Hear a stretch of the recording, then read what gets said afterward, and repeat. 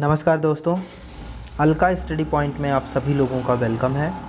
मैं हूं अवधेश प्रताप और आज हम पढ़ने वाले हैं राजा राव के कुछ इम्पोर्टेंट क्वेश्चंस जो कि यूपीएलटी ग्रेड में पूछा जाएगा। तो कांथापुरा इनका एक वर्क है राजा राव जी का, और उस कांथापुरा से हम सिर्फ और सिर्फ ऑब्जेक्टिव टाइप के क्वेश्चन सॉल्व करने वाले हैं। तो सबसे पहला क्वेश्चन आप देख सकते हैं स्क्रीन पर है। ये जो है, जो पूरी स्टोरी है, ये लाइन है, वो कौन है? He gets his education at a Muslim. ये जिसके बारे में लिखा गया है ये कौन है? तो इसके बारे में आप सबसे पहले ये जान लें कि ये राजा राव जी के विषय में है। राजा राव के विषय में हम अगर और कुछ जानना चाहें या इनके विषय में कुछ जानना चाहें तो सबसे पहले इनके बर्थ की बात करें तो 8 नवंबर 1908 को इनका बर्थ हुआ था। कहाँ पर? साउथ इंडिया के कर्नाटका में, तब उसको मैसूर के नाम से जाना जाता था। डेथ की बात करें तो डेथ जुलाई 8 2006 में हुआ था। इंडिया में नहीं हुआ था, वो यूनाइटेड स्टेट में हुआ था। डेथ जो है वो यूनाइटेड स्टेट में हुई थी। पैदा ये हुए थे मैसूर में, जो कि कर्नाटका में अब आता है। पहले उसको मैसूर कहा जाता था, साउथ इंडिया का एक पार्ट है। मदर की बात करें तो इनकी मदर का नाम था गौरम्मा और फादर का नाम था एच.वी. कृष्णा स्वामी। इतनी डिटेल जानने के बाद कुछ इम्पॉर्टेंट चीज़ें और आपको जान लेनी चाहिए कि जो राजा राव थे इनको कुछ अवार्ड मिले हुए थे। अवार्ड तो आप जानते ही हैं, इनको साहित्य अकादमी अवार्ड मिला था 1964 में। आगे चल के क्वेश्चन भी पूछा जाएगा, यही सब टीजीटी ग्रेड में क्वेश्चन पूछे जाएंगे कि इनको कब साहित्य अकादमी अवार्ड मिला, किस वर्क के लिए मिला और कौन से अवार्ड मिले। तो आज हम बात करेंगे इन सभी चीज़ों को, और क्वेश्चन में भी मैंने फ्रेम किया है। वीडियो के स्टार्ट करने से पहले मैं आपको बताऊं कि 1964 में इन्हें साहित्य अकादमी अवार्ड मिला था। किस वर्क के लिए? द सरपेंट एंड द रोप के लिए मिला था। इनको एक और अवार्ड मिला था जिसका नाम था पद्म भूषण। दूसरा अवार्ड था इनका पद्म विभूषण, और इनको एक इंटरनेशनल प्राइज़ भी मिला था लिटरेचर के लिए। तो इतने सारे प्राइज़ विनर राइटर हैं राजा राव, इसलिए ये बहुत ही इम्पोर्टेंट राइटर हैं हमारे एलटी ग्रेड के लिए। तो यहाँ पर आप पढ़ सकते हैं, देख सकते हैं कि he gets his education at a Muslim school the Madrasa e Aliya in Hyderabad. तो हैदराबाद में उन्होंने अपनी एजुकेशन पाई थी। He studies to Nizam's college at Osmania university for his degree, और डिग्री के लिए इन्होंने कहाँ पढ़ाई की थी? निजाम्स कॉलेज में, जो कि ओस्मानिया यूनिवर्सिटी से उनका कॉलेज था, Nizam college. He learns French, उन्होंने फ्रेंच सीखा। He wins the Asiatic scholarship of the government of Hyderabad for studying abroad. तो एब्रॉड जाने के लिए, विदेश जाने के लिए उनको कहाँ से एशियाटिक स्कॉलरशिप मिली? गवर्नमेंट ऑफ हैदराबाद से। तो इनको विदेश पढ़ने के लिए इस एशियाटिक स्कॉलरशिप भी मिली थी, जो कि हैदराबाद की सरकार ने दिया था। फिर बताया जाता है कि ये फ़िलॉसफ़ी के प्रोफेसर भी बने। किस यूनिवर्सिटी के? यूनिवर्सिटी ऑफ टेक्सास के। तो यूनिवर्सिटी ऑफ टेक्सास के ये फ़िलॉसफ़ी के प्रोफेसर थे, ठीक, जो कि ऑस्टिन में था। और इसके बाद वो रिटायर होते हैं। उनका वो एक प्रोफेसर थे, है ना। ही रिटायर्स एज इमेरिटस प्रोफेसर्स। तो वो इमेरिटस प्रोफेसर, ये इनकी एक उपाधि भी मानी जाती है। एग्ज़ाम में कई बार ये क्वेश्चन पूछा जाता है कि इनका जो है सॉब्रिक्वेट क्या है, या इनका उपनाम क्या था, या किस पोस्ट पर थे। तो ये पूछा जाता है कई बार कि इमेरिटस प्रोफेसर। इसके बाद ही writes a biography titled great Indian way. तो इन्होंने जो बायोग्राफी लिखा उसकी टाइटल क्या थी? The great Indian way. और इसके बाद ए लाइफ ऑफ महात्मा गांधी, और इनकी जब डेथ हुई थी तो वो हार्ट फेल्योर की वजह से हुई थी। तो ये कौन थे? क्वेश्चन में ये पूछा गया है। ये क्वेश्चन बेसिकली फ्रेम इसलिए नहीं किया गया है कि एग्ज़ाम में सेम क्वेश्चन पूछे जाएंगे, लेकिन ये क्वेश्चन इस तरीके से है कि आप एक क्वेश्चन से बहुत सारे क्वेश्चंस को तैयार कर सकते हैं। जैसे राजा राव ग्रेजुएशन, उन्होंने अपनी एजुकेशन कहाँ स्टार्ट की थी? मदरसा ए आलिया, जो कि हैदराबाद में था। दूसरा क्वेश्चन यहाँ बन सकता है कि निज़ाम कॉलेज जो था ओस्मानिया यूनिवर्सिटी से, वहाँ से इन्होंने डिग्री ली थी अपनी, ठीक। इन्होंने कौन सा लैंग्वेज सीखा, फ्रेंच सीखा, कौन सी स्कॉलरशिप इनको मिली थी, एशियाटिक स्कॉलरशिप मिली थी, किस गवर्नमेंट से मिली थी, हैदराबाद गवर्नमेंट से मिली थी, ठीक, जिसको लेकर ये एब्रॉड गए हुए थे। ये किस सब्जेक्ट के प्रोफेसर थे टेक्सास यूनिवर्सिटी में, ये भी पूछा जा सकता है। तो टेक्सास यूनिवर्सिटी में ये फ़िलासफ़ी के प्रोफेसर थे। आप देख रहे हैं कि एक क्वेश्चन में न जाने कितने क्वेश्चन समाहित हुए हैं। फिर हमने ये देखा कि इन्होंने अपनी बायोग्राफी जो लिखी थी वो किस टाइटल से लिखा था, ग्रेट इंडियन वे। और इसके बाद लाइफ ऑफ महात्मा गांधी भी इन्होंने लिखा था। इनकी डेथ किस वजह से हुई थी, हार्ट फेल्योर की वजह से हुई थी। किसके बारे में इतनी बातें हो रही थी, राजा राव के बारे में हो रही थी। तो इस क्वेश्चन का आंसर आप लोगों ने देख भी लिया होगा, बहुत ही इजी था। और एक क्वेश्चन से आपने कितने क्वेश्चंस तैयार किए होंगे। राजा राव के बारे में बहुत ज़्यादा स्टूडेंट्स नहीं पढ़ते हैं, इसलिए थोड़ा सा फोकस करेंगे तो कुछ इन्फॉर्मेशन आपको मिल जाएगी। यहाँ पर ये लिखा गया है कि the serpent and the rope is Raja Rao's. तो सरपेंट एंड द रोप जो था वो राजा राव का क्या था। मैंने अभी आपको बताया था कि इनको जो अवार्ड मिला था साहित्य एकेडमी अवार्ड, साहित्य एकेडमी अवार्ड इनको कब मिला था, ठीक। तो यहाँ पर मैं लिख देता हूँ 1964 में। साहित्य एकेडमी अवार्ड इनको 1964 में मिला था। और ये अवार्ड किस वर्क के लिए मिला था, तो यही वो वर्क है the serpent and the rope, Raja Rao का वर्क है। और इसी वर्क के लिए साहित्य एकेडमी अवार्ड इनको मिला था। क्वेश्चन ये पूछ रहा है कि ये राजा राव का क्या है, तो करेक्ट आंसर इसका होगा option a semi autobiographical novel. तो राजा राव का ये एक सेमी ऑटोबायोग्राफिकल नावल है सरपेंट एंड द रोप, जिसके लिए इनको साहित्य एकेडमी अवार्ड भी मिला था। चलिए बाकी ऑप्शंस जो कि यूज़फुल नहीं है उनको छोड़ते हैं और नेक्स्ट क्वेश्चन पे आ जाते हैं। मैं आपसे बता रहा हूँ कि हम हर वीडियो में 50 क्वेश्चंस डिस्कस कर रहे हैं सिर्फ सिलेबस के अकॉर्डिंग, जो कि यूपी एलटी ग्रेड में पूछे जाएंगे। राजा राव्स वर्क्स आर रूटेड इन, जो राजा राव का वर्क था वो किस में रूटेड था, मटेरियलिज्म में था, मेटाफिज़िक्स में था, फिज़िक्स में था, या फिर नन ऑफ दीज में था। तो आपको बता दें कि जो राजा राव थे इनका वर्क जो है ज़्यादातर आधारित था मेटाफिज़िक्स पे। बहुत से लोग पूछते हैं कि मेटाफिज़िक्स क्या होता है, तो मेटाफिज़िक्स के बारे में मैं आपको बता दूं कि मेटा का मतलब होता है बियॉन्ड, फिज़िक्स का मतलब होता है दिस वर्ल्ड। तो एक तरीके से समझ सकते हैं कि स्पिरिचुअल वर्ल्ड में लिखी जाने वाली चीज़ें या सांसारिक चीज़ों को छोड़ के कुछ स्पिरिचुअलिटी वाली बात जो है उससे रूटेड थे, मतलब उस पर बेस्ड ये लिखा करते थे, ठीक। और इसके बाद हम देखते हैं यहाँ पर नेक्स्ट क्वेश्चन। वैसे इसका जो है बुक में दिया है मेटाफिज़िक्स ही, और करेक्ट आंसर इसका होना चाहिए मटेरियलिज्म, क्योंकि जो राजा राव के वर्क थे वो बहुत ज़्यादा मटेरियलिस्टिक वर्क थे। चाहे वो आप कांथापुरा के बारे में ही ले लीजिए, कांथापुरा क्योंकि मैंने उसको ज़्यादा पढ़ा है तो मटेरियलिज्म पर ही बेस्ड है, लेकिन बुक में आंसर मेटाफिज़िक्स है, इसलिए मैं मेटाफिज़िक्स कर रहा हूँ। इस पर आप लोग पढ़ के ठीक से जो आंसर करेक्ट होगा खुद से भी कर लीजिएगा। मेटाफिज़िक्स बुक में करेक्ट है, कांथापुरा जो वर्क है वो मटेरियलिज्म में है। यहाँ पर मेटाफिज़िक्स का मतलब मैं बता दूँ, एक तरह से स्पिरिचुअलिज्म कह सकते हैं, मटेरियलिज्म का मतलब होता है सांसारिक। तो बहुत सारे ऐसे वर्क थे इनके जो कि सांसारिक ही थे। मैं कांथापुरा पर आधारित होकर कह रहा हूँ, ठीक। इसके बाद क्वेश्चन नंबर 4 आप देखेंगे, ही हैज़ गॉट द साहित्य academy award for the serpent and the rope in 1964. He has also got the New Start International Prize for Literature in 1988. Who is he? तो वो कौन व्यक्ति था जिसको साहित्य अकेडमी अवार्ड मिला था 1964 में, और 1988 में इंटरनेशनल प्राइज़ फॉर लिटरेचर किसको मिला था, दोनों।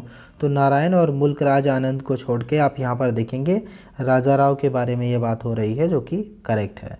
तो इसको छोड़कर आते हैं क्वेश्चन नंबर 5 पे, और ये इस क्वेश्चन का आंसर आप लोग देख लीजिए और फटाफट इसका आंसर करिए। Who is the open minded narrator in Kanthapura. Kanthapura में कौन ओपन माइंडेड नरेटर था, बहुत इंपॉर्टेंट क्वेश्चन है। हमें लगता है आप लोगों को इस क्वेश्चन का आंसर आता होगा। अचक्का इसका करेक्ट आंसर है who is the open minded narrator in Kanthapura, Achakka इसका करेक्ट आंसर है। नेक्स्ट क्वेश्चन देखेंगे, he is the Patel of Kanthapura, he supports Moorthy, he is, तो कौन पटेल ऑफ कांथापुरा है, कौन मूर्ति का सपोर्ट करता है, ये आपको बताना है। जल्दी से इसका आंसर बता दीजिए। मैं आपको बता दूं इसका है रांगे गौदा, गोदा। ठीक, तो नाम क्योंकि साउथ इंडियन वाली बात है तो कुछ थोड़ा सा साउथ इंडियन लैंग्वेज में इसके सब प्रोनाउंसिएशन है जो कि मुझसे गलती हो सकती है क्योंकि मैं नॉर्थ इंडियन हूँ।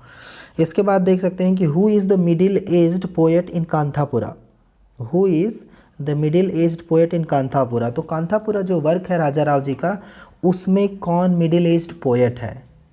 इस क्वेश्चन का आंसर मुझे लगता है आप लोगों ने दे दिया होगा, नहीं दिया है तो याद कर लीजिए, बेलूर नरिहर शास्त्री इसका करेक्ट आंसर है, जो कि मिडिल एज्ड पोएट थे कांथापुरा वर्क में।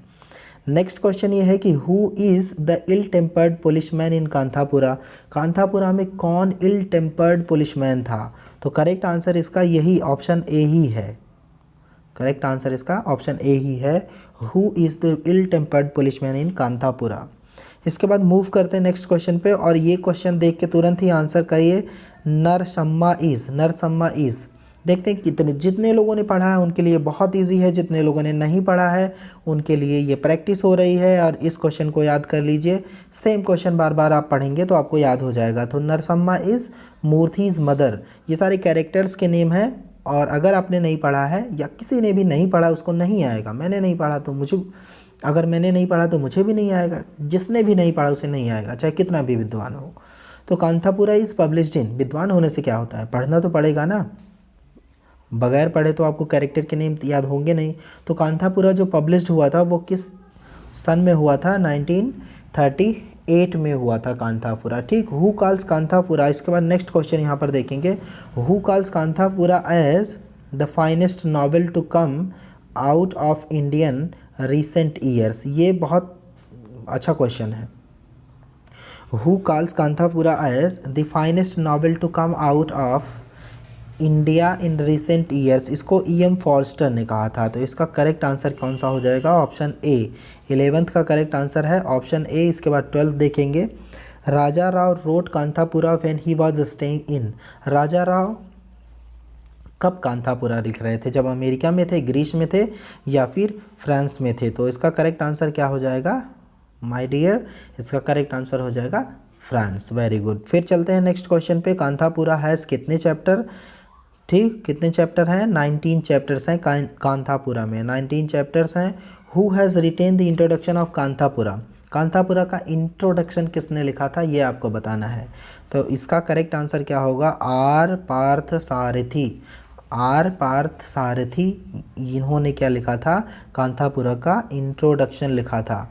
फिर देखेंगे ये क्वेश्चन है और यहाँ पर ये पूरी जो लाइन है ये लाइन कहाँ से ली गई है, who rights this in introduction, introduction में ये किसने लिखा था। तो ये देख लीजिए क्या लिखा है, Kanthapura is a mine of information about the socio cultural life of peasant society in southern India in the 20th century in Kanthapura. तो ये किसने लिखा है इंट्रोडक्शन में, तो इसका करेक्ट आंसर आप लोग देख लीजिए फटाफट। मैं आपको बता दूं, आर पार्थ सारथी इसका करेक्ट आंसर है, जो कि अभी हमने ऊपर भी पढ़ा था। तो इंट्रोडक्शन में इन्होंने लिखा था। फिर आप क्वेश्चन नंबर 16 देखेंगे, यहाँ पर क्या लिखा है कि time alone will justify it. तो ये एक्सेप्ट कहाँ से लिया गया है, तो ये जो लाइन है ये कहाँ से ली गई है ये आपको बताना है। ये पूरा का पूरा क्वेश्चन है और ये पूरी इंफॉर्मेशन है। One has to convey in a language that is not one's own the spirit that is one's own. One has to convey the various shades and omissions of a certain thought moment that looks maltreated in an alien language। ये कहाँ से ली गई है पूरी line, आप पढ़ लीजिएगा video को पास करके। सॉरी, इसका करेक्ट आंसर मैं आपको बता देता हूँ, राजा राव का आथर्स फॉरवर्ड से ये लिया गया है। राजा राव के आथर्स फॉरवर्ड से ये चीज़ें ली गई थी। क्वेश्चन नंबर 17 आप देख सकते हैं कि महाभारत में इतनी वर्सेस थे और रामायण में इतने इतने, ठीक। इतने का मतलब ये होगा कि 2,14,778, ठीक। 2,14,778 वर्सेस थी, रामायणा में 48,000, ये इसमें लिखा है। Puranas there are endless in innumerables, we have neither punctuations nor the treacherous ads and owns to bother us. We tell the interminable tales, episodes follow episode, and when our thoughts stop, our breath stops, and we move on to another thought. This was and still is the ordinary style of our storytelling. I have tried to follow it myself in this story. तो ये राजा राव के किस चीज़ से है, authors forward से भी, इसका भी यही करेक्ट आंसर है, इसका भी यही करेक्ट आंसर है। फिर चलते हैं नेक्स्ट क्वेश्चन पे। ये क्वेश्चन देखेंगे, क्वेश्चन अगर आपको बड़े दिखाई दे रहे हैं तो सेम क्वेश्चन एग्जाम में नहीं आएंगे, लेकिन इस क्वेश्चन में कुछ ज़्यादा इन्फॉर्मेशन आपको दी गई है ताकि आप ज़्यादा से ज़्यादा चीज़ें लर्न कर पाएँ। It was all a part of Gandhi Purana. For Churchill, Gandhiji was only the nagged fair. Who knows? The Gandhi Puran might ask, who know what might have happened if Churchill had accepted Gandhi's challenge? History is full of miracles. Remember Ashoka of India or Saint Louis of France. Truth is more historic than the sword. India herself has to learn it, relearn it. This is what Raja Rao has written in Kanthapura about. Kanthapura में जो राजा राव ने लिखा था, यही सारी चीज़ें लिखी थी। किसके विषय में लिखी थी? तो उन्होंने ये लिखा था the reception of Kanthapura, Kanthapura के रिसेप्शन में उन्होंने लिखा था। नेक्स्ट क्वेश्चन आप यहाँ पर देखेंगे, our village. I don't think you have ever heard about it. Kanthapura is its name and it is in the province of Kara. This is the beginning of the novel. ये किस line के beginning है? तो आपको पता है कि हम कांथापुरा की ही बात कर रहे हैं, तो कांथापुरा ही इसका करेक्ट आंसर होगा। फिर आगे देखेंगे, but to tell you the truth mother Kenchamma my heart it beat like the drum. ये कहाँ से लिया गया, ये किसके लिए कहा जाए? This is the ending of the novel. ये किस नॉवेल की एंडिंग है, ये आपको बताना है। तो कांथापुरा इसका भी करेक्ट होगा, क्योंकि आपको पता है कि हम कांथापुरा ही पढ़ रहे हैं। फिर चलते हैं, यहाँ पर देखेंगे कि in Kanthapura the village Kanthapura is itself in symbol, it has become a living microcosm of. Correct answer क्या होगा? India's colonial system. इसका करेक्ट आंसर होगा इंडियाज़ कॉलोनियल सिस्टम। इसके बाद देखेंगे नेक्स्ट क्वेश्चन को, Bhatt is a money lender who gives money to the poor people. तो जो भट्ट था वो मनी लेंडर था, वो पुअर पीपल को क्या देता था? कुछ धन दिया करता था। इसमें से बता दीजिए, नॉर्मल इंटरेस्ट पे देता था, लो इंटरेस्ट पे देता था, या फिर हाई इंटरेस्ट पे देता था? कौन सा आंसर करेक्ट होगा? तो हाई इंटरेस्ट पे देना करेक्ट हो जाएगा। तो आप लोग इस क्वेश्चन को करेक्ट करिए। इसके बाद क्वेश्चन नंबर 23 देखेंगे, Ratna who is a young widow at the age of 15 is a lady with. Ratna जो थी वो एक यंग विडो थी, और आपको बताना है कि इसका करेक्ट आंसर क्या होगा। वो कैसे व्यूज़ की थी, उसके दृष्टिकोण क्या थे, व्यूज़ के क्या थे? तो प्रोग्रेसिव व्यूज़ की थी। ये करेक्ट आंसर हो जाएगा। नेक्स्ट क्वेश्चन आप देख सकते हैं कि the freedom movement in Kanthapura begins with. जो फ्रीडम मूवमेंट था कांथापुरा का, वो कहाँ से बिगिन होता है? ऑप्शन ए में देखेंगे, हरि कथा and with the invocation of Lord Shiva. यहीं से शुरू होता है फ्रीडम का मोमेंट। इसके बाद देखेंगे क्वेश्चन नंबर 25 है कि this novel raises question regarding untouchability. ये जो नावल है कांथापुरा, जो नावल है, क्योंकि हम बात किसकी कर रहे हैं? कांथापुरा की बात कर रहे हैं। कांथापुरा कौन कौन सी चीज़ों को क्वेश्चन करती है कौन सी चीज़ों पर क्वेश्चन रेज करती है? अनटचेबिलिटी पे, कास्ट सिस्टम पे, इविल ऑफ विडोहुड पे, सोशल बैकवर्डनेस पे, socio economic programme of Gandhi ji is made practically possible in this novel. तो ये सारी चीज़ें जो हैं, इन सब चीज़ों पर ये नावल क्वेश्चन करती है।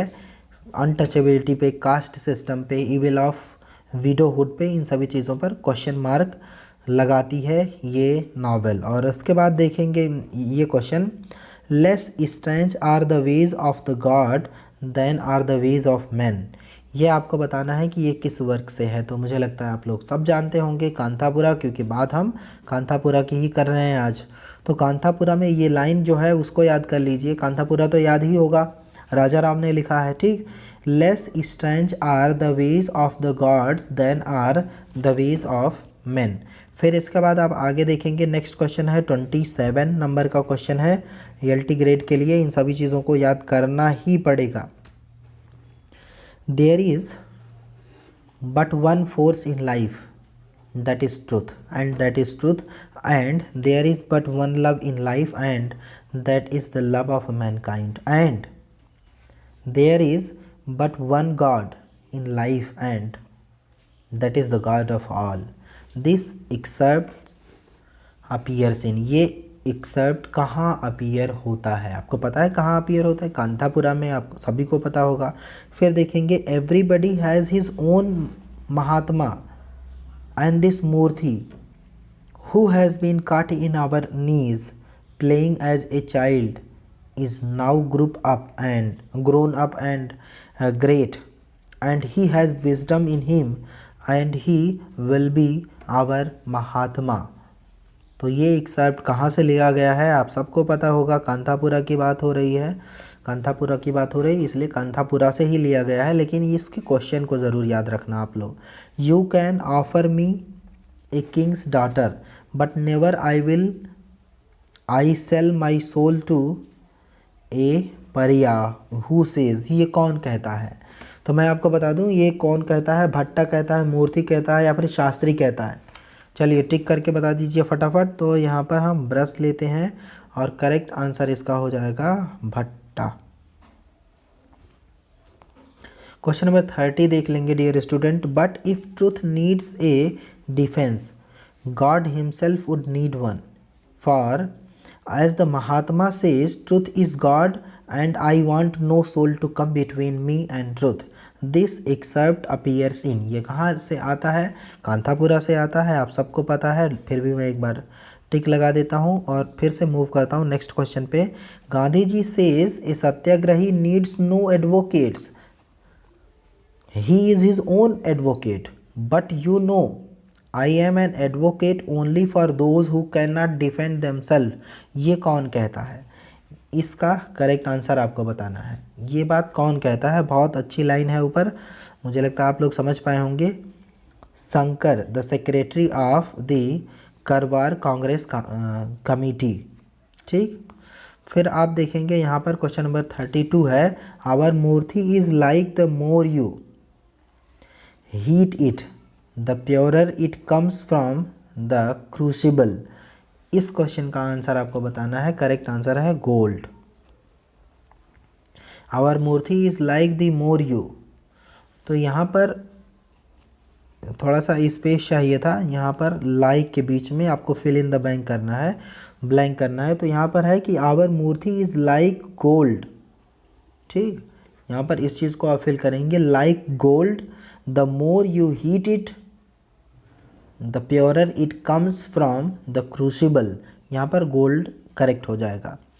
33 देखेंगे, a cock does not make a morning nor a single man a revolution, ठीक। बहुत अच्छी कहावत है और इसका करेक्ट आंसर आपको बताना है। लेकिन ये जो है कहाँ से लिया गया? तो कांतापुरा में ये कहावत दी गई है।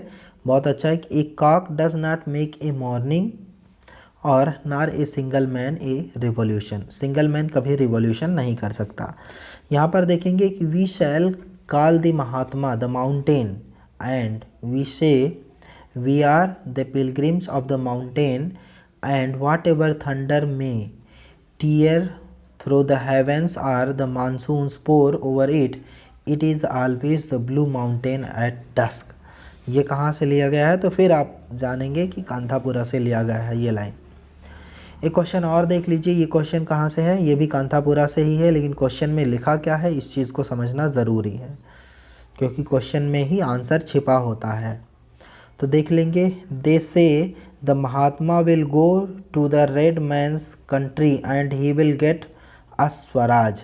ही will bring us swaraj the Mahatma and we shall all be happy and Ram will come back from exile the Sita will be with him, the Ramana will be slain and Sita freed, and he will come back with Sita on his right on the chariot of the air।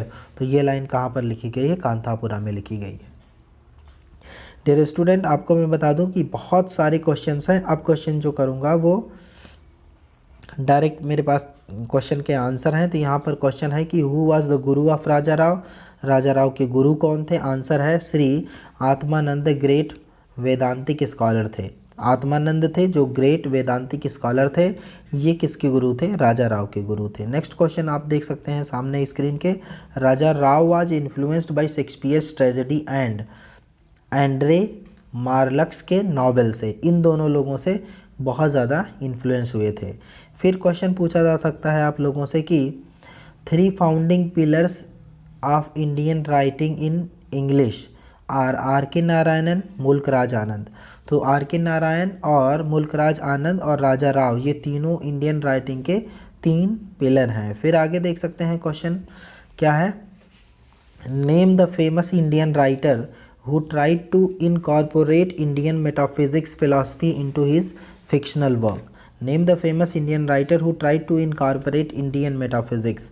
तो राजा राव, तो वहाँ पर जो metaphysical answer था वही answer correct है।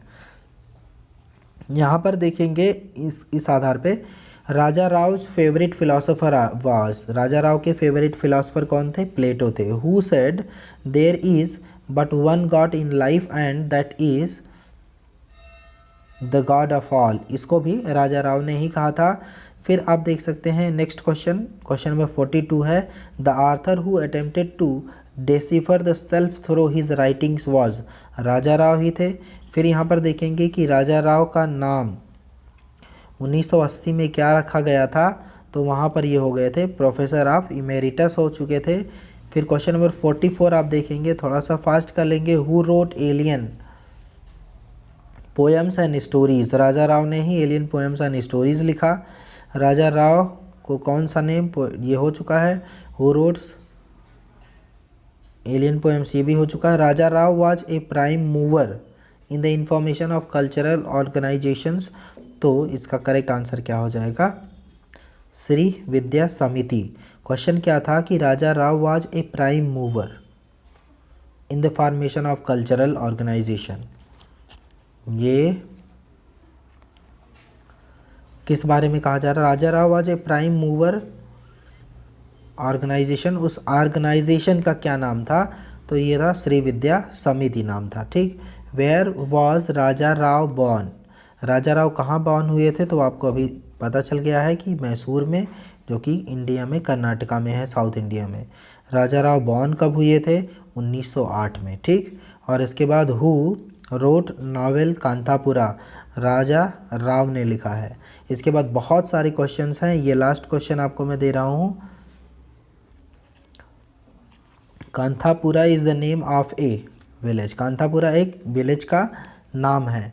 ऐसे में फ्रेंड्स आपको बता दूं कि ऐसे बहुत सारे क्वेश्चंस मेरे पास है, लेकिन मैंने 50-50 क्वेश्चंस करने की बात कही है। अभी 60 राइटर्स जो LT ग्रेड में हैं, उन सभी राइटर्स पर मैं आप लोगों को सबसे पहले, आप देख रहे हैं 33 पेज के क्वेश्चंस हैं, तो इन सभी को मैं कवर कर लूँगा बहुत जल्द ही। लेकिन सबसे पहले हर राइटर्स पे 50 क्वेश्चंस के MCQs कंप्लीट करता हूँ। तो फिलहाल आज की वीडियो में इतना ही, और आज के वीडियो में मैं 3 से 4 राइटर्स को कवर कर चुका हूँ। उसके पहले चिन्युआ अचेबी को हमने किया, चिन्युआ अचेबी के बाद आर के नारायण को भी किया, आर के नारायण के बाद हमने राजा राव को भी किया, और उसके बाद पहले भी कुछ और राइटर्स हमने कर लिए हैं। अब हम करेंगे जॉन स्टेनबेक को। जॉन स्टेनबेक के बाद जितने भी राइटर्स और हैं, उन सभी राइटर्स पर जो 50 क्वेश्चंस हैं उनका वीडियो हम ज़रूर लेकर आएंगे। अर्नेस्ट हेमिंग्वे हों या जो भी राइटर्स हैं उन सब पर वीडियो लेकर आने वाले हैं।